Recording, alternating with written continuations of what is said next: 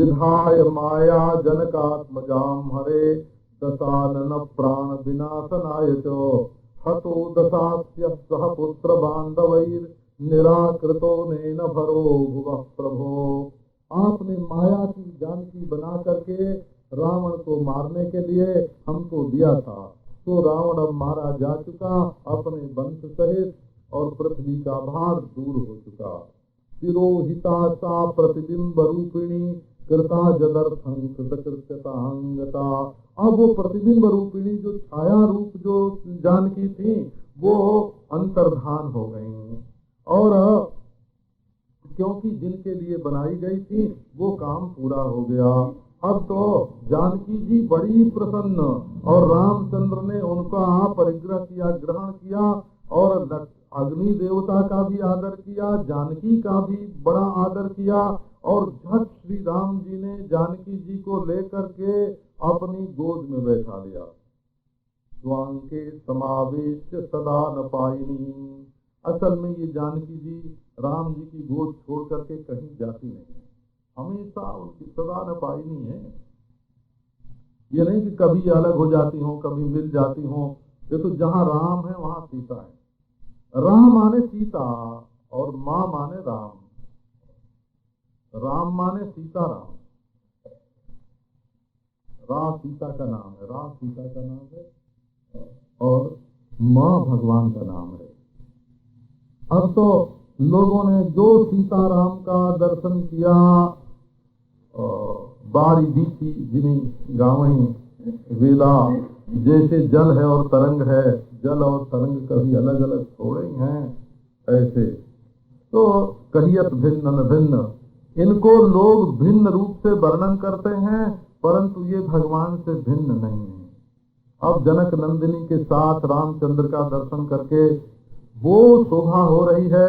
इंद्र तो मुग्ध मुग्ध हो गए, बड़ी हृदय में भक्ति जगी, और गदगद वाणी से वो रामचंद्र के पास आकर के उनकी स्तुति करने लगे, हाथ जोड़कर। भजे हम सदा राममिन्दीवराभं भवारण्य दावानलाभा विधानम भवानी हृदा भावितानंद रूपम भवा भाव हेतुम भवादि प्रपन्नम सुरानीक दुःखौघनाशैक हेतुम नराकार देहम निराकारमीद्यम परेशम परानंद रूपम वरेण्यम हरिम राममीशम भजे भारनासम।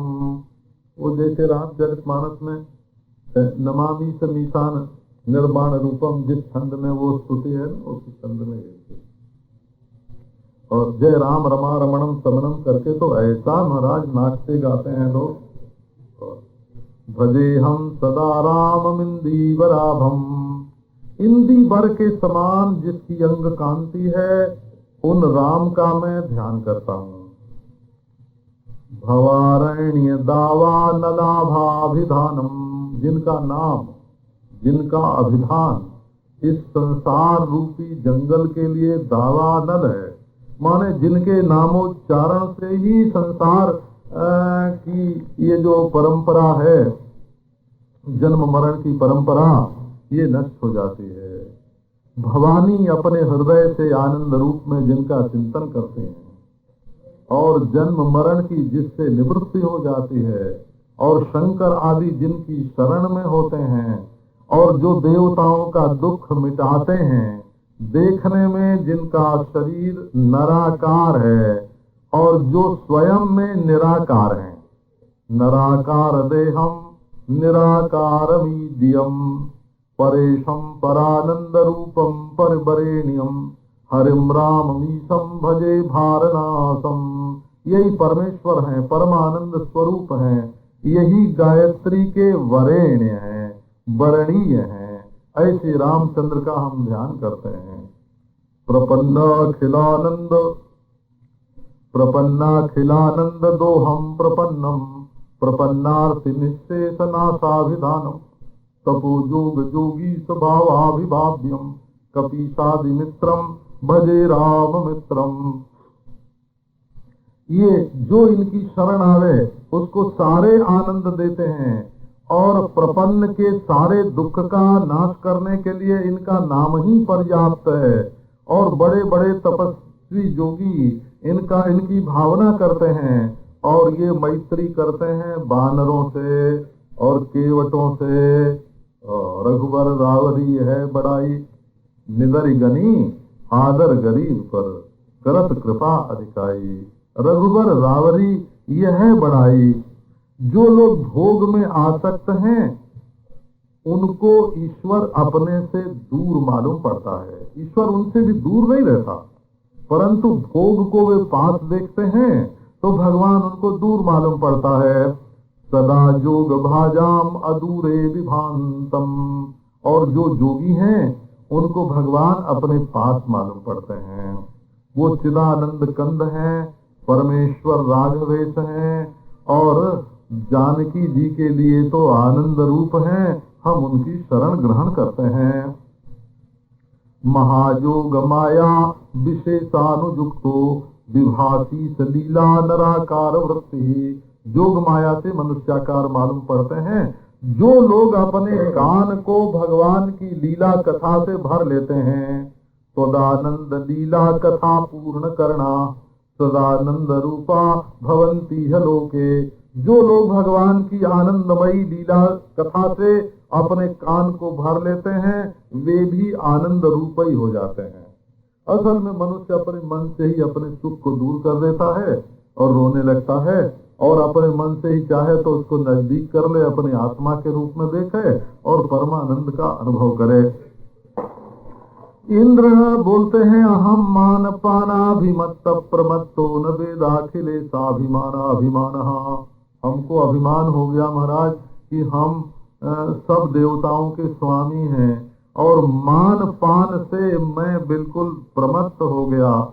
आज आपके चरण कमल की कृपा हमारे ऊपर हुई है तो हमारे त्रिलोकाधिपति होने का अभिमान विनष्ट हो गया है। पुरद्रत्न केयूरहाराभिरामम धराभार भूतासुरानीक दावम शरच्चंद्र वक्त्रम लसत पद्मनेत्रम दुरावार पारम भजे राघवेशम। सुराधीश नीलाब्रनीलांग कांतिम विराधादिरक्षोबधालोक शांतिम किरीटादि शोभम पुरारातिलाभम भजे रामचंद्रम रघुणामधीशम। इस प्रकार महाराज रामचंद्र की स्तुति की इंद्र जी ने। अब शंकर जी बोले विमान से ही, विमान पर बैठे बैठे बोले कि महाराज हम आपका दर्शन करने के लिए अयोध्या में आवेंगे, लंका में नहीं।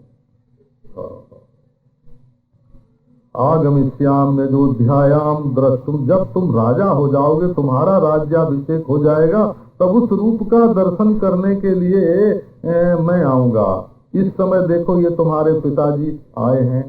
इदानीं पश्यति करम अस्य देहस्य राघव ततो पश्यत विमानस्थम रामो दशरथम पुरः।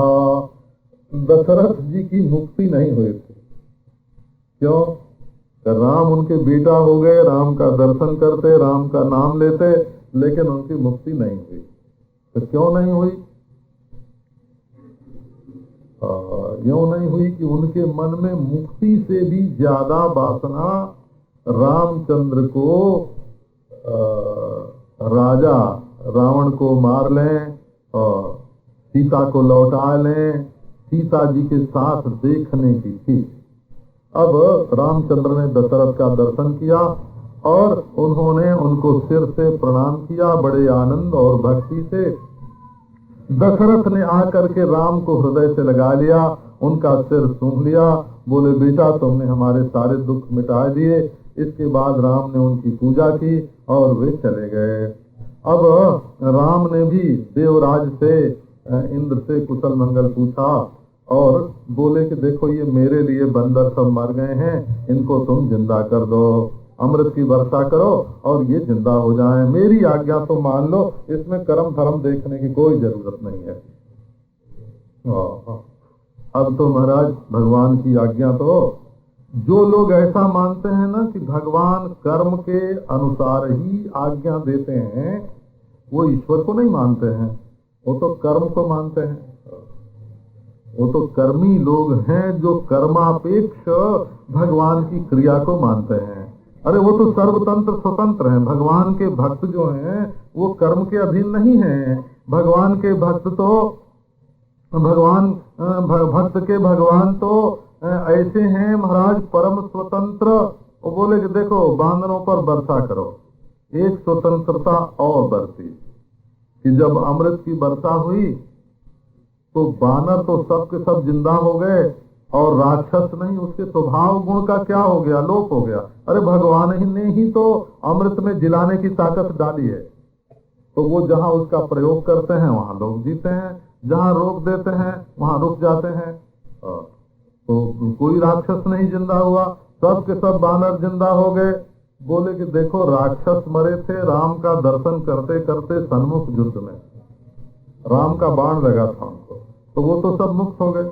अब मुक्त हो गए तो वो तो अपने शरीर के साथ उनका कोई ममता कोई संबंध था ही नहीं, तो वो कैसे जिंदा होंगे। लेकिन बंदर जो हैं वो तो राम को देखते हुए नहीं मरे थे, राम की ओर से लड़ के मरे थे। तो रामचंद्र की आज्ञा से जब उनके ऊपर अमृत की वर्षा हुई तब वो जीवित हो गए। तो नोत्थिता राक्षसा शस्त्र स्पर्शनादपि, अमृत भी कुंठित हो जाता है भगवान की आज्ञा के बिना। अब इसके बाद आकर विभीषण ने भगवान के चरणों में प्रार्थना की। ये बात आपको अब फिर कल प्रातः काल सुना।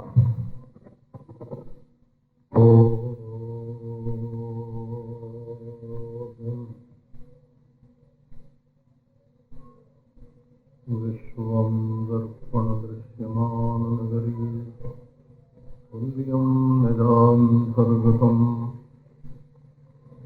पश्यन्नात्मनि मायया बहिर्बोधभूतम् यथा निद्रया यः साक्षात् कुरुते प्रबोधसमये स्वात्मानमेवाद्वयम् तस्मै श्रीगुरुमूर्तये नमः। श्रीदक्षिणामूर्तये सा दृष्टिः सूक्ष्मलक्ष्या स्थिरचरविषया वासना स्पर्शशून्या सा दृष्टिर्मुक्तदृश्या करणमिव परं सम्प्रसादैकरूपा सा दृष्टिर्यत्र नान्यत् सकलमविकलं ब्रह्म निर्द्वैतरूपम् सा पूर्णानन्दनेत्रद्वयरसविलसत् श्रीपूर्णानन्दनेत्रद्वयरसविलसत् पूर्णकारुण्यमात्रम् दूर्वादलद्युतितनुं तरुणाब्जनेत्रम् हेमाम्बरं वरविभूषणभूषणाङ्गम् कन्दर्पकोटिकमनीयकिशोरमूर्तिम् पूर्तिं मनोरथभुवां भजजामि। पुरारिगिरिसम्भूता श्रीरामार्णवसङ्गता अध्यात्मरामगङ्गेयम् पुनाति भुवनत्रयम्। ओम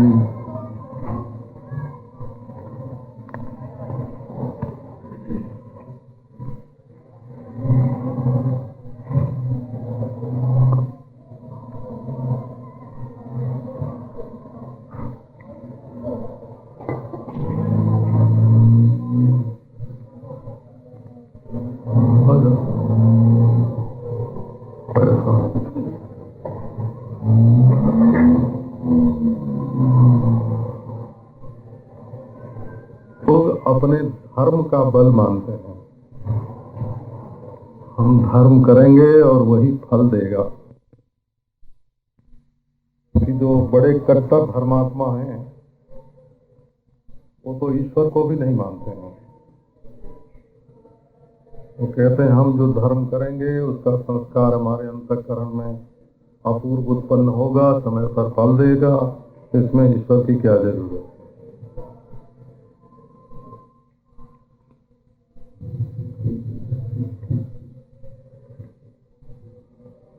अच्छा,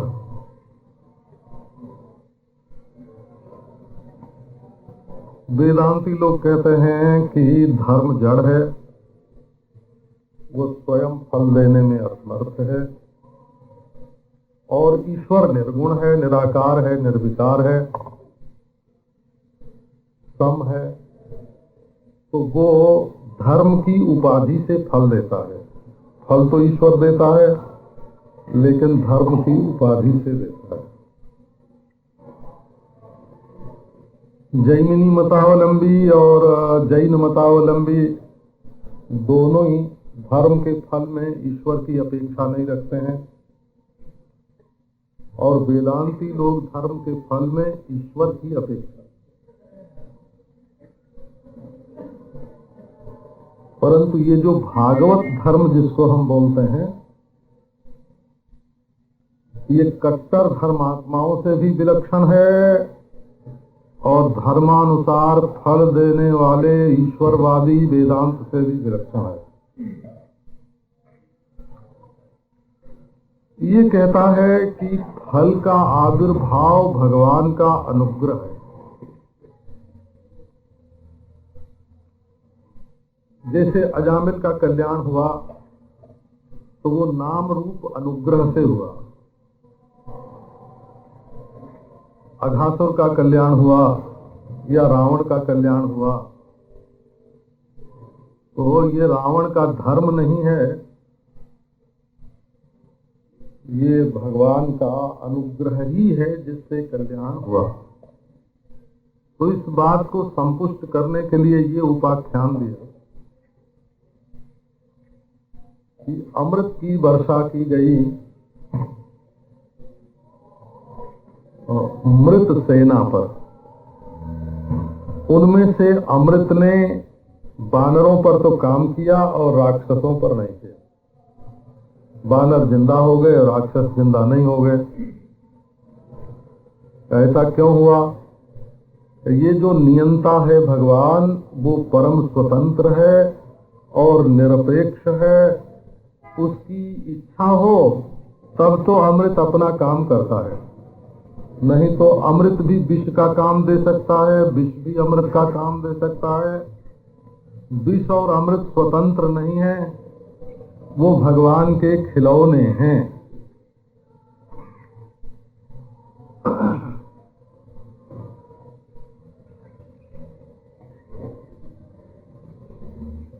तो ऐसी प्रभु की प्रभुता है कि दोनों दल पर अमृत की वर्षा हुई, पर भालू कपि जिंदा हो गए और रजनीशर जिंदा नहीं हुए। ये गोस्वामी जी महाराज ने दिखाया। पीयूष स्पर्शनादपि, इसमें है नोत्थिता राक्षसा सत्र पीयूष स्पर्शनादपि।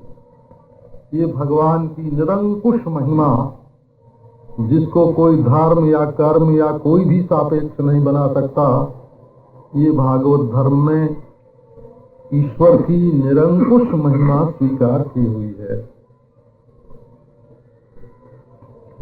अब आए भगवान श्री रामचंद्र के सामने विभीषण, और उन्होंने साष्टांग प्रणिपात किया। जिसमें अभिमान का लेश भी होगा वो साष्टांग प्रणाम कभी नहीं कर सकता, वो तो उसके बड़प्पन के विपरीत होता है।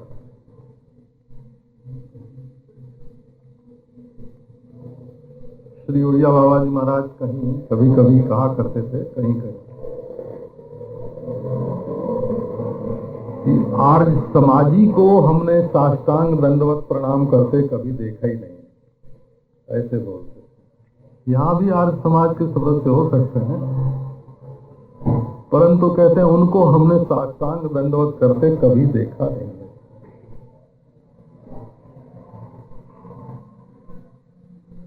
विभीषण ने साष्टांग प्रणिपात किया।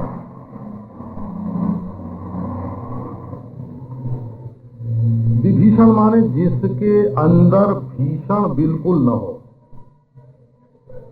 विगतम भीषणम जस्मात् असौ विभीषण, जिसके अंदर कोई भी डरावनी बात न हो उसका नाम विभीषण।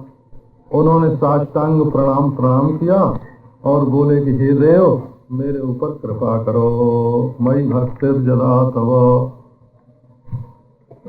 यदि मेरे हृदय में आपका प्रेम है, ये बात आप स्वीकार करते हैं, तो आज आप सीता जी के साथ मंगल स्नान कीजिए और अलंकार धारण कीजिए, सीता जी भी अलंकार धारण करें, और कल हम सब लोग यहाँ से अयोध्या के लिए प्रस्थान करेंगे। विभीषण की बात सुनकर भगवान श्री रामचंद्र ने उत्तर दिया, प्रतिवचन करे। ये नहीं कि जो कहा विभीषण जी ने सो कर लें। यदि वही करना हो तो बोलने की जरूरत नहीं होती है। वो तो हाँ बोलने से भी काम चलता है, जी बोलने से भी काम चलता है, न बोलने से भी काम चलता है। यदि आज्ञा माननी है तो फिर बीच में बोलने की क्या जरूरत है। कुछ संशोधन करना होता है तब प्रतिवचन कहा जाता है। तो श्री रघुनाथ जी ने कहा कि देखो विभीषण, तुम कहते हो कि मंगल स्नान करो, और हमारा परम प्रेमी मेरा छोटा भाई सुकुमार भरत मेरी प्रतीक्षा कर रहा है। उसके सिर पर जटा बंध गई है बालों की, और वस्त्र की जगह पर बलकल धारण करता है, और शब्द ब्रह्म समाहितः राम राम राम, शब्द ब्रह्म माने राम। उसकी सारी चित्तवृत्ति शब्द ब्रह्म में लगी हुई है। जब तक वो भरत हमको मिल नहीं जाता तब तक मैं कैसे स्नान करूं, कैसे अलंकार धारण करूं। हाँ, उसके बिना तो हमारा हृदय फट रहा है, हमारी आंखों में आंसू नहीं आते, शरीर में रोमांच नहीं होता। हम भरत के बिना नहीं रह सकते। इसलिए तुम हमारा सत्कार मत करो, हमारी पूजा मत करो। ये जो सुग्रीव आदि बंदर हैं उनकी सेवा करो। यदि ये हमारे सेवक प्रसन्न हो जाएंगे तो मेरी पूजा हो गई, इसमें कोई संशय नहीं है। ये बात एक काम की बात इसमें ये है कि उस समय तो रामचंद्र मिले हुए थे, लोग पूजा करते और भक्तों की बाद में कर लेते, परंतु फिर बाद में जितना समय आता है उसमें भगवान तो मिलते नहीं ना, भक्त ही तो मिलते हैं। तो भक्तों की पूजा पहले और भगवान की पूजा बाद में। ये शिव पुराण में ऐसा बढ़िया प्रसंग है इसका। भीष्म पितामह ने जब अपने पिता शंतनु को पिंडदान करने के लिए उठाया तो शंतनु का हाथ निकल आया वहां कि मेरे हाथ पर दे दो। तो भीष्म जी रुक गए। उन्होंने अपने पंडित से पूछा कि महाराज हमारे पिताजी का हाथ निकला है, पिंडदान इस पर करें कि ये जो वेदी पर कुश बिछा हुआ है उस पर करें। तो पंडित ने कहा कि जो वेदी पर कुश बिछा हुआ है उस पर करो, अपने पिता के हाथ पर मत करो। कही क्यों महाराज? करे तुम्हारे पिता का तो हाथ निकल आया है तुम्हारे सामने, और दूसरों के पिता का तो हाथ निकलेगा नहीं। तो सब लोग कहने लगेंगे कि पिता का हाथ निकलेगा तब पिंडदान करेंगे, पिंडदान की प्रथा ही लुप्त हो जाएगी। इसलिए शास्त्रीय विधि से जहाँ कुशा बिछा हुआ है वहीं पिंडदान करो, हाथ पर नहीं। ये धर्म निर्णय भीष्म पितामह ने ये धर्म निर्णय करके और फिर पिंडदान किया। तो पहले भक्त की पूजा वो मिलते हैं सबको, सब जगह मिलते हैं। मद भक्त पूजा व्यधिका, भगवान ने कहा हमारी जितनी पूजा करते हो उससे अधिक पूजा मेरे भक्त की करो। ये बात भागवत में भी है और रामायण में भी ये प्रसंग आ चुका है। भगवान ने कहा सुग्रीव की पूजा करो, हमारे भक्तों की, बानरों की, छोटे छोटे बानरों की पूजा करो। पूजितेषु कपीन्द्रेषु पूजितो हम न संशयः, यदि इन बानरों की पूजा होगी तो हमारी पूजा हो जाएगी। ऐसा अपने सेवक का प्रेमी हो, जैसा रामचंद्र भगवान अपने सेवक से प्रेम करते हैं, ऐसा प्रेमी कभी दुनिया में कोई नहीं हुआ।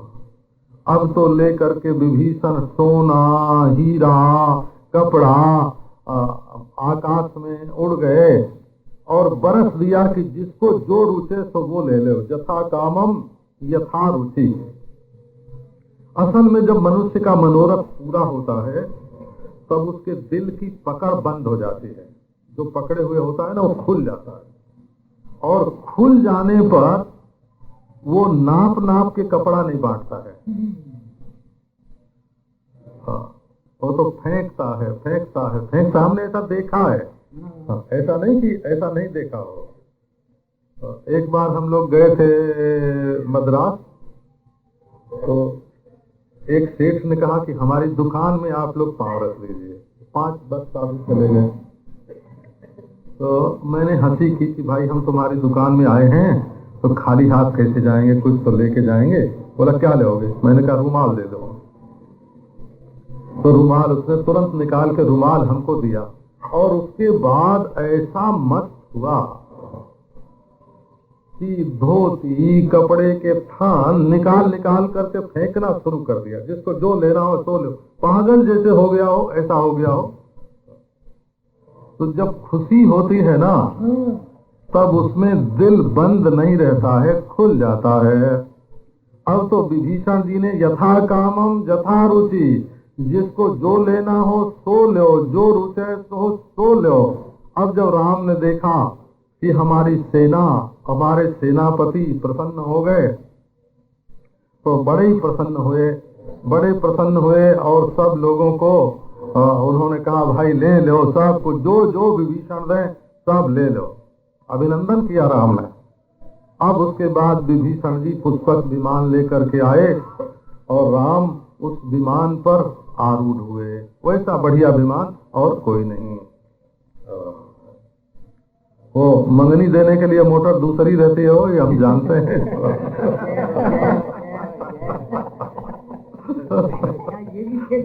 अरे बाबा, और जो पुरानी पड़ी रहती है, रास्ते में बिगड़ जाए ऐसी भी रखता है।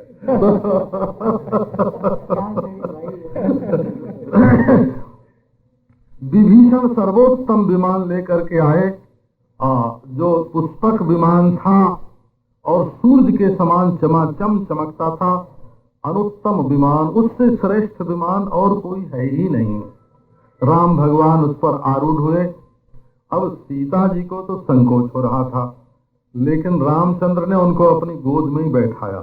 अंके निधाय वैदेहीम लज्जमानाम यशस्विनीम। सीता जी का जस बढ़ गया था। जब उन्होंने अग्नि में प्रवेश किया और ब्रह्मा ने, अग्नि ने, इंद्र ने उनकी महिमा का गान किया तो बड़ा भारी यश। अब रामचंद्र ने उनको अपनी गोद में बैठाया। लक्ष्मण जी को साथ बैठाया। बड़े पराक्रमी लक्ष्मण, मेघनाद को मारने वाले धनुष्मान। श्री रामचंद्र ने विमान पर बैठ करके निवेदन किया, सभी बानरों को संबोधन करके, सुग्रीव तुम तो बानरों के राजा हो, अंगद, विभीषण, आप लोगों ने बानरों के साथ जो एक मित्र को करना चाहिए, मित्र के साथ जो कर्तव्य करना चाहिए तो आप लोगों ने सब किया। हमारा सब काम पूरा हो गया, सब बन गया। अब मेरा कोई काम बाकी नहीं है। जिसकी जहां इच्छा हो वो वहां जाए। सुग्रीव तुम किष्किंधा में जाओ, अपने राज्य में रहो। विभीषण तुम लंका में रहो। इंद्र आदि देवता भी तुम्हें धर्षित नहीं कर सकते। अब मैं अपने पिता की राजधानी अयोध्या में जाता हूँ।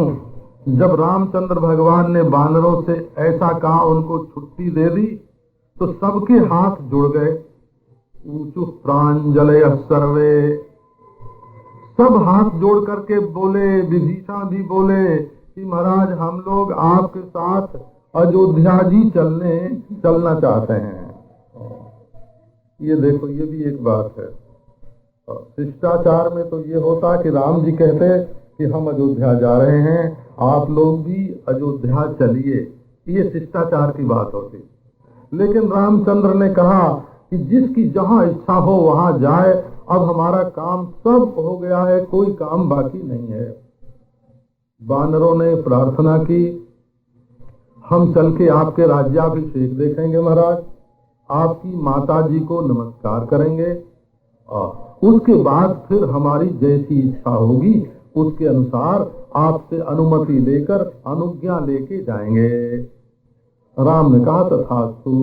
अब तो सुग्रीव, विभीषण, हनुमान सब के सब पुष्पक विमान पर आरूढ़ हुए और पूरी की पूरी सेना, पुष्पक विमान तो ऐसा है कि वो जितनी आवश्यकता हो उतना बढ़ जाता है, उतनी ही सेना लेकर के चलता है। अब विभीषण, सुग्रीव सब के सब अपनी अपने सेनापतियों के साथ, सेना के साथ उस पर बैठ गए। रामचंद्र की आज्ञा से वो विमान उड़ा और वो इच्छा के अनुसार चलता था, आज्ञा के अनुसार चलता था। हंस की आकृति में वो विमान जो था वो हंस की आकृति में था। देखने में हंस मालूम पड़े, माने पीछे पूंछ भी ऊपर को और आगे मुंह भी ऊपर को। विमान शब्द का अर्थ ही संस्कृत में होता है बी माने पक्षी, विशकुनि, वे पक्षी।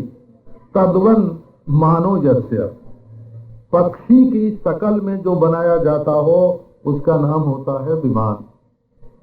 अब तो भगवान श्री रामचंद्र बड़े ही प्रसन्न, ऐसा लगे कि जैसे ब्रह्मा जी ही बैठे हैं। वो सूरज के समान चम चम चमकता हुआ कुबेर का विमान जो बड़ी तपस्या से प्राप्त होता है, आज उस विमान की भी तपस्या सफल हुई। भगवान श्री रामचंद्र को अपनी गोद में लेकर, सीता रामचंद्र को, लक्ष्मण को लेकर वो उड़ रहा है। अब इसके बाद भगवान श्री रामचंद्र विमान पर बैठकर चारों ओर देखने लगे और उन्होंने सीता जी से बातचीत शुरू की। देखो ये भी एक बात है। और सब लोग तो साथ थे, विभीषण से, सुग्रीव से, लक्ष्मण से तो रोज ही बातचीत करते थे। और सीता जी 10 महीने पास नहीं थी, तो 10 महीने का वियोग सीता का हुआ, कुल का कुल। ये तो उन्हीं से बात करनी चाहिए। वो बोले कि सीता जी भी चमाचम चमक रही, शशि निभाननम ननाम सर्वांग सुंदरी चंद्रमुखी। बोले देखो सीता, तुमने तो लंका देखी नहीं होगी ना, ये त्रिकूट पर्वत का शिखर है और इसकी चोटी पर ये सोने की लंका है। ये है युद्ध भूमि जहां अभी मांस की कीचड़ दिखाई पड़ रही है चारों ओर। तो यहाँ बड़ा भारी युद्ध हुआ असुरों में और बानरों में। ये देखो रावण की मृत्यु यहाँ हुई थी, कुंभकर्ण, इंद्रजित ये सब यहाँ मारे गए थे। ये देखो मैंने समुद्र पर पुल बनाया है, एस सेतुर्मया बद्धः सागरे सलिला से। ये भी कहते हैं कि मैंने बांधा है कि भाई तुम्हारे लिए हम क्या नहीं कर सकते। ये भी एक प्रेम प्रदर्शन है, तुम्हारे लिए हम क्या नहीं कर सकते, तुम्हारे लिए हम समुद्र पर पुल बना सकते हैं। एस सेतुर्मया बद्धः सागरे सलिला से। ये देखो ये तीर्थ, समुद्र तीर्थ दिख रहा है, ये सेतुबंध नामक अनादि तीर्थ है। ये नहीं कि जब भगवान रामचंद्र ने सेतु बनाया उसके बाद उसका नाम सेतु बंध हुआ। एतच्च दृश्यते तीर्थम सागरस्य महात्मनः सेतु बंधमिति ख्यातम त्रैलोक्येन च पूजितम। ये तीर्थ हमेशा से विख्यात है और त्रिलोकी के लोग इसका आदर करते हैं। ये बड़ा पवित्र तीर्थ है और इसके दर्शन से पातक की निवृत्ति होती है। पातक उसको कहते हैं जो गिराए दे हो, पातयति इति, जो आदमी को ऊपर से नीचे गिराए दे उसका नाम पातक। दो तरह के कर्म होते हैं, एक अभ्युदयनीय और एक पतनीय। एक वो कर्म होता है जिससे आदमी आगे बढ़े और ऊपर उठे, उसको अभ्युदयनीय कर्म शास्त्र में बोलते हैं। और एक होता है पतनीय कर्म जिसको करके मनुष्य नीचे जाए। तो ये पातक जो है ये नीचे गिराता है, परंतु सेतु बंध तीर्थ लोगों को ऊपर उठाता है, सारे पातकों को नष्ट कर देता है। यहाँ हमने रामेश्वर शंकर की प्रतिष्ठा की है। अब आगे बढ़ते गए, विमान चल रहा है। यहाँ विभीषण मेरी शरण में आए थे। अब तमाम शरणम प्राप्तो मंत्रिभिश्च विभीषण, मंत्रियों के साथ विभीषण यहाँ हमारी शरण में आए। शरणम माम प्राप्त, मैं ही शरण हूँ, मुझे प्राप्त हुए। ये भगवान का विशेषण है शरण। शरणं गृह रक्षत्र, संस्कृत भाषा में शरण शब्द का अर्थ होता है निवास स्थान और रक्षक। ये अमरकोश है। शरणं गृह रक्षत्र, घर को शरण कहते हैं और रक्षक को शरण कहते हैं। तो जब भगवान के पास आदमी पहुंचता है तब अपने घर में पहुंच जाता है, अपने रक्षक के पास पहुंच जाता है। ये देखो सामने किष्किंधा दिख रही है, ये सुग्रीव की नगरी है। कैसी बढ़िया बढ़िया वन चित्र विचित्र कानन इसके चारों ओर हैं। अब तो वहां जाके जानकी जी ने कहा, वाल्मीकि रामायण में स्पष्ट है, जानकी जी ने कहा कि यहाँ विमान रोको, और सुग्रीव जी की जो पत्नी है और वहाँ की अंगद और सुग्रीव के संबंधी हैं, सबको विमान में बुला के उनको भी अयोध्या ले चलो। तो वहाँ पुष्पक विमान उतारा गया। रामचंद्र की आज्ञा से तारा आदि जितनी श्रेष्ठ स्त्री हैं वो सब के सब आई सीता जी को प्रसन्न करने के लिए। रामचंद्र ने ये नहीं कि अपनी पहचान हमेशा देखनी चाहिए, है ना, अपनी पत्नी की पहचान का भी ध्यान रखना चाहिए। वो कहीं किसी को ले चलना चाहे तो उसको छुट्टी देनी चाहिए, नहीं तो उसका मन जब मन जब प्रसन्न नहीं होता है तो उसके द्वारा सुख भी ठीक नहीं मिलता है। उसके बाद बोले देखो ये ऋष्यमुख पर्वत है जहाँ मैंने बाली को मारा था। ये पंचवटी है, उल्टे क्रम से हो, उल्टे क्रम से जैसे गए थे उसी क्रम से ये एक प्रकार की विषय सूची जिसमें कोई उलट न सके। ये पंचवटी है जहाँ हमने राक्षसों को मारा था। ये देखो अगस्त्य और सुतीक्षण का आश्रम है। ये वे तपस्वी दिख रहे हैं। देखो ये चित्रकूट है। अब विमान तो बड़ी तेजी से चलता है ना। ये चित्रकूट है, यही हमको मनाने के लिए भरत जी आए थे। ये देखो जमुना जी के तट पर भरद्वाज का आश्रम है। भरद्वाज आश्रमम पश्य दृश्यते जमुना तटे। ये देखो भागीरथी गंगा है, लोक पावनी भागीरथी गंगा। ये विमान पर से दूर का कभी दिख जाता है, कभी पास का दिख जाता है। फिर श्रृंगबेरपुर में भी विमान उतरा। यहाँ तो वर्णन नहीं है ऐसा, लेकिन गंगा जी ने मानता मानी थी कि हे गंगा जी, जब हम श्री रामचंद्र लक्ष्मण के साथ लौट के आवेंगे तो तुम्हारी ऐसी ऐसी पूजा करेंगे। मानता मान के गई थी। तो जब मानता मान के गई थी तो वहीं से ये सूचना मिल गई कि लौटते समय यहाँ उतर के और गंगा जी की पूजा करेंगे। तो वाल्मीकि रामायण में है। अब देखो यहाँ से तो सरजू का भी दर्शन हो रहा है। अयोध्या को प्रणाम करो।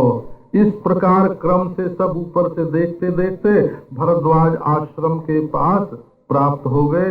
14 वर्ष पूरा हो गया था, पंचमी तिथि थी। और बहुत करके चैत्र शुक्ल पंचमी थी, ऐसा अग्निवेश रामायण में तिथि मिति बताने के लिए अग्निवेश रामायण है।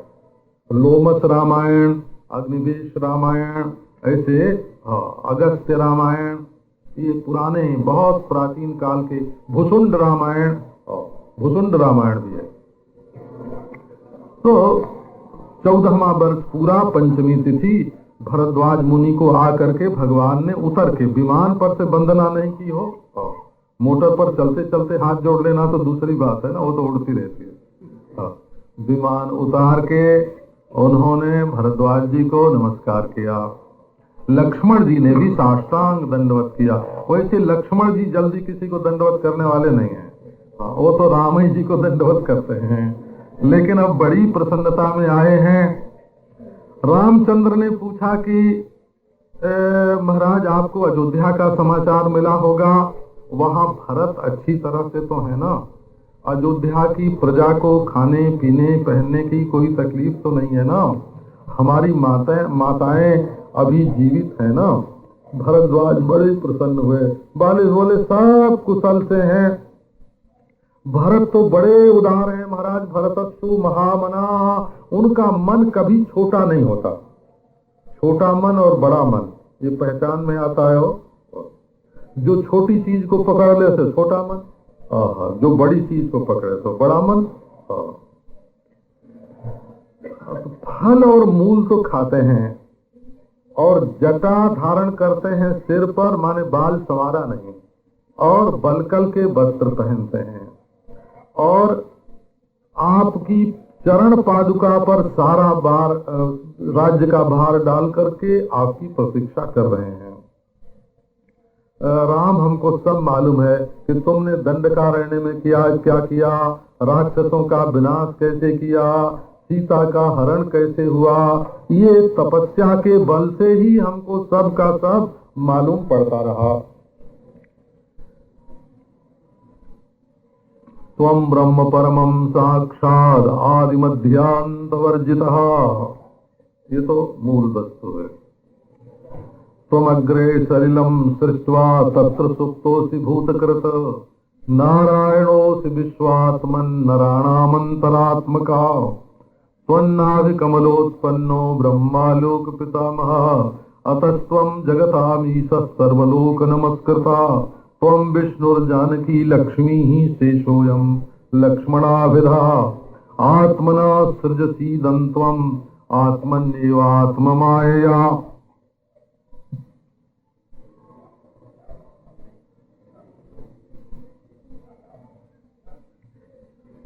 अब मूल बात यह है कि कोई भी वस्तु सामने होए तो उसमें भगवत्ता का आधान किया जाए। आप देखते हैं ना, कभी मूर्ति को, सालग्राम की शिला को, कभी नर्मदा शिला को, और कभी किसी भी गढ़े हुए पत्थर को, पीपल के पेड़ को हम भगवान कह के उसको नमस्कार करते हैं। तो असल में हमारी सृष्टि का जो भगवान है, हमारे विचार का जो भगवान है, हमारे सिद्धांत का जो भगवान है, उसके सिवाय दूसरी कोई वस्तु ही नहीं है। ये दुनिया में और किसी मजहब ने माना हुआ नहीं है, और ये बात बाबू लोग नहीं समझते हैं, इसलिए उनको बहुत तकलीफ होती है। कोई परमात्मा निराकार है, उसने सृष्टि बना के फेंक दी, तो बात नहीं है। स सर्वम अभवत, वही सब हो गया। सर्वं खल्विदं ब्रह्म, सब परमात्मा का स्वरूप है। आत्मैवेदं सर्वम, स एवेदं सर्वम, अहम एवेदं सर्वम। सब और आत्मा इन दोनों का समानाधिकरण है। इसलिए कोई भी वस्तु जहाँ दिखती है वहाँ पहचाने कि नहीं पहचाने, उसमें भगवत भाव करना कि ये साक्षात भगवान है, ये सिद्धांत के अनुसार पड़ता है। जिन लोगों का ईश्वर कभी साकार होता ही नहीं, उनके मत में मूर्ति पूजा कभी सिद्ध हो नहीं सकते। मूर्ति पूजा और अवतार ये दोनों तभी सिद्ध होगा जब परमेश्वर सर्वरूप में स्वयं बनता हो। स सर्वम अभवत, स एकधा भवति, द्विधा भवति, त्रिधा भवति, पंचधा भवति, सप्तधा भवति, नवधा भवति, एकादशधा भवति। वो परमेश्वर ही सर्व के रूप में प्रकट होता है। और इससे देखो कण कण का आदर करना, क्षण क्षण का आदर करना, एक कीट पतंग में भी परमेश्वर को देखना, ये समता, ये समदर्शिता बिना परमेश्वर के सर्व हुए नहीं आ सकती है। इसलिए जो लोग कहीं सुन के आते हैं, बहुत लोग देखो दो मजहब में तो परमेश्वर को मानते ही नहीं है। तो मजहब है जैन मजहब और बौद्ध मजहब, उनमें ईश्वर की मान्यता नहीं है। और मुसलमान और ईसाई दो मजहब ईश्वर को तो मानते हैं लेकिन सर्वथा निराकार मानते हैं। और ब्रह्म समाजी, आर्य समाजी का ये भी निराकार मानते हैं। लेकिन हमारे वेद वेदांत सिद्धांत के अनुसार जो सिद्ध परमेश्वर है वो सर्वाधिष्ठान, सर्व प्रकाशक, सर्वस्वरूप है। इसलिए कहीं भी परमेश्वर की दृष्टि जो भी हो, देखो चीज, कोई चीज देखने में कुछ आती है, आंख उसको कुछ बताती है और हृदय से उसको परमात्मा मान करके उसकी सेवा पूजा की जाती है। त्वम ब्रह्म परमं साक्षात आदि मध्यांत वर्जितः। राम, तुम साक्षात परम ब्रह्म हो, न तुम्हारी आदि है, न मध्य है, न अंत है। तुमसे ही पहले सलिल की सृष्टि हुई जल की, और उस जल में तुमने आत्मा रूप से प्रवेश करके संपूर्ण प्राणियों का रूप ग्रहण किया। हे विश्वात्मा, आप नारायण हो, आप नरों के अंतरात्मा हो, आपके ही नाभि कमल से ब्रह्मा उत्पन्न होगा।